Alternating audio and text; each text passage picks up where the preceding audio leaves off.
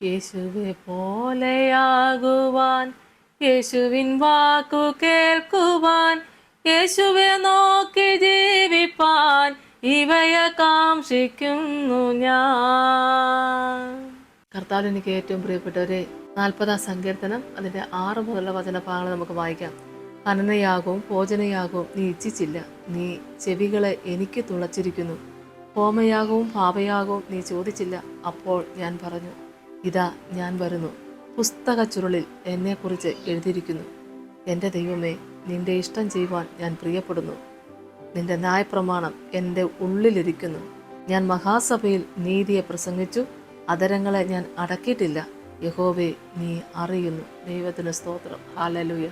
മഹാസഭയിൽ കർത്താവിനെ മഹത്വപ്പെടുത്തുവാൻ കിട്ടിയ അവസരങ്ങൾ ജീവിതത്തിലെ ഏറ്റവും പ്രധാനപ്പെട്ടത് തന്നെ ദൈവമക്കളെ. അമ്മേ സ്തോത്രം.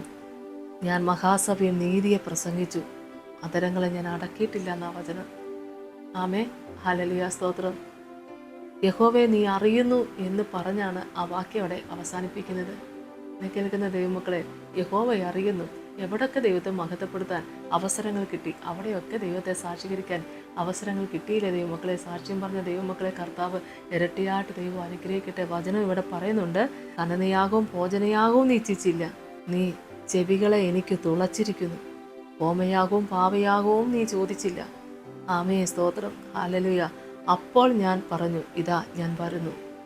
പുസ്തക ചുരുളിൽ എന്നെക്കുറിച്ച് എഴുതിയിരിക്കുന്നു. എൻ്റെ ദൈവമേ, നിന്റെ ഇഷ്ടം ചെയ്യുവാൻ ഞാൻ പ്രിയപ്പെടുന്നു. ആമേ സ്തോത്രം.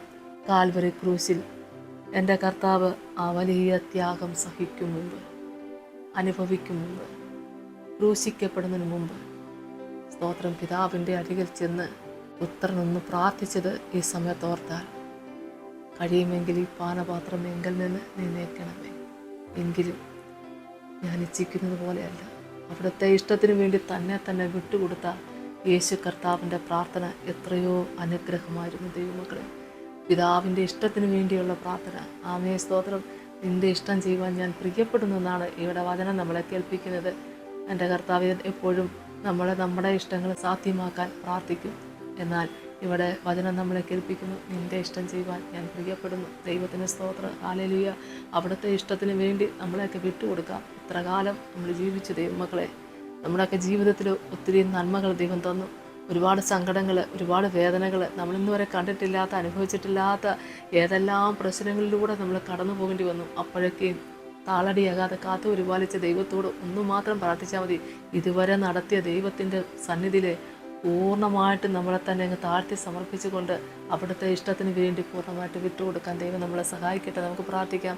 സ്തോത്രം കർത്താവേ, കരുണാസമ്പന്നന്റെ സ്വർഗീയ നല്ല ദൈവമേ, അടിയങ്ങളെ പൂർണ്ണമായി താഴ്ത്തി സമർപ്പിക്കുന്ന കർത്താവേ, എൻ്റെ ദൈവമേ, അവിടുത്തെ ഇഷ്ടം ചെയ്യുവാൻ തക്കവണ്ണം ഞങ്ങളെ പൂർണ്ണമായി താഴ്ത്തുന്നു. യേശുവേ സ്തോത്രം. Hallelujah, hallelujah, hallelujah. സ്വയം താഴുവാൻ എൻ്റെ കർത്താവേ അവിടുന്ന് ഞങ്ങളെ പഠിപ്പിച്ചല്ലോ കർത്താവേ. യേശുവേ സ്തോത്രം. എൻ്റെ കർത്താവേ, എന്നാൽ ഞങ്ങളുടെ താഴ്ച പോരാ എന്ന് നിങ്ങൾ അനുഭവിച്ച് അറിയുന്ന കർത്താവേ, പൂർണ്ണമായിട്ടും ദൈവസന്നിധി താണു നിന്നുകൊണ്ട് കർത്താവിന് വേണ്ടിയെല്ലാം സഹിക്കാൻ, ക്ഷമിക്കാൻ, സ്നേഹിക്കുവാൻ, പൊറുക്കുവാൻ കർത്താവേ അവിടുന്ന് ഞങ്ങളെ സഹായിക്കുമാറാകണമേ.